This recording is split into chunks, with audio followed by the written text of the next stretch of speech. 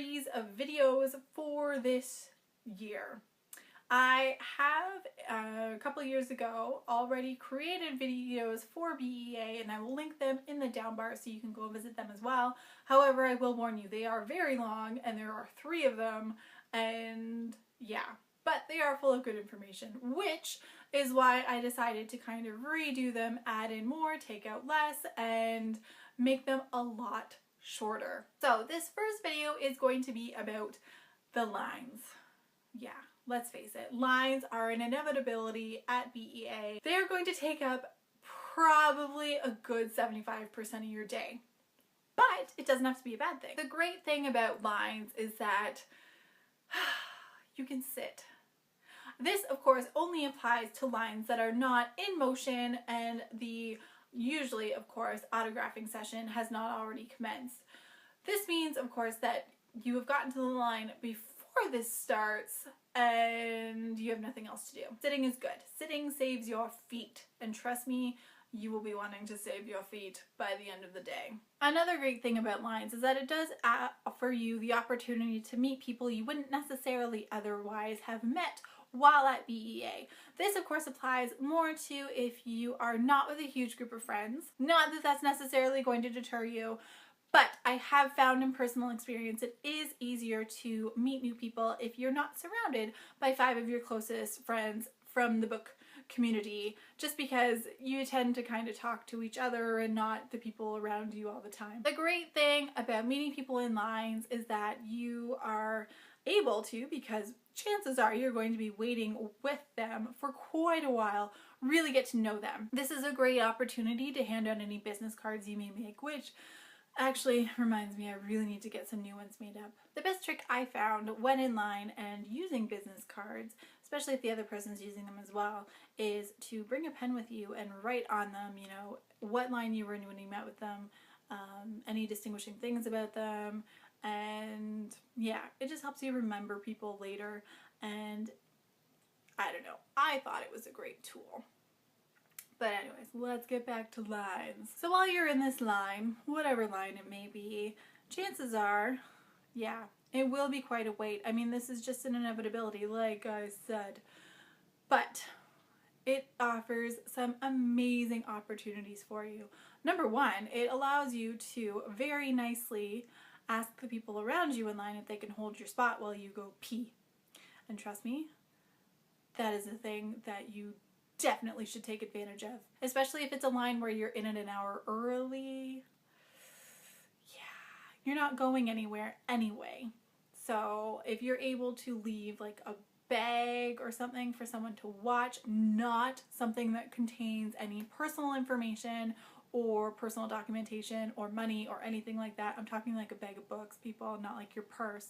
Keep that shit on you. It allows you to do that. It also allows you to kind of leave your spot in line, same idea, but then go and do ARC drops, because the galley drops do happen throughout the day at the different publishing companies, and chances are if you make friends with the people around you, not only would you be able to grab them one, which is incentive for them to, of course, really save your spot, but vice versa can be applied to it. You could hold their spot and they could go and grab you a copy of the book that you wanted without actually having to leave and lose your spot in line for it.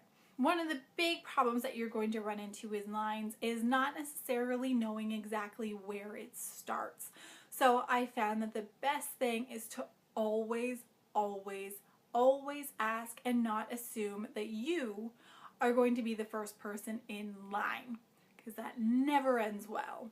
Never. And it makes you out to be a complete asshole, and no one wants that, because we're all there for the same reason. We should all be friends, right? But this is going to apply to both the in-booth and the autographing area. From the looks of it, of course, it seems as though this year it's going to be a lot more in autographing area, autographing sessions, as opposed to the in-booth, although the in-booth hasn't actually been posted yet, so we'll see.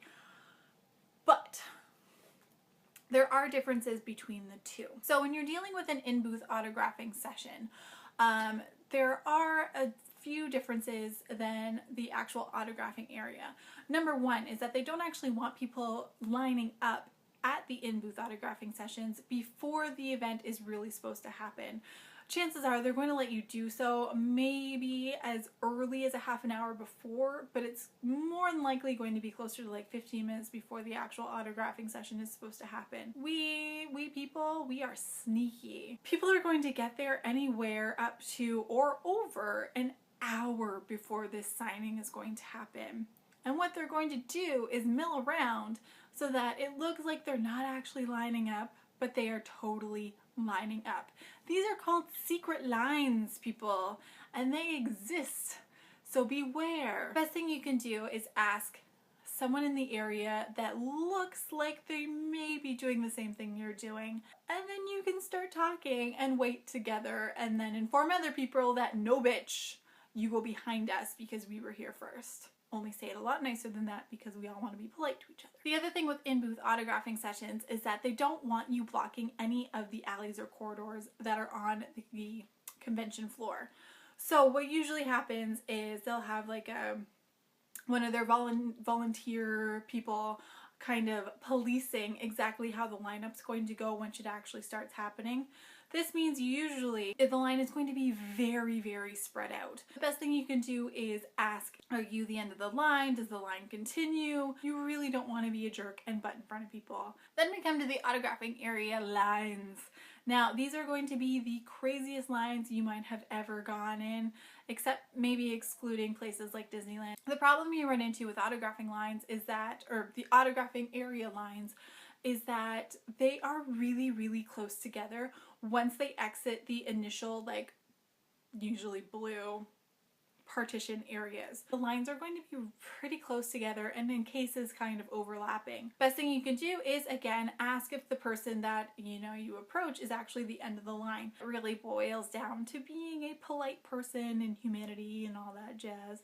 One of the best tricks I found while waiting in lines at BEA is using my backpack as a stool. If you're able to stack the books so that you're not going to wreck any of them, but they are on top of each other and you can sit comfortably, not only does it save your knees, all you goers who've gone before, you know what I mean. I found that it makes line waiting a lot more comfortable too if I'm not actually sitting on the floor cross-legged and kind of awkward because I can't always take my shoes off, and sitting cross-legged with shoes is not always comfortable, and you don't want to be sprawled out either because then you're taking up area for other people and you run the risk of tripping someone, and that's not really nice either.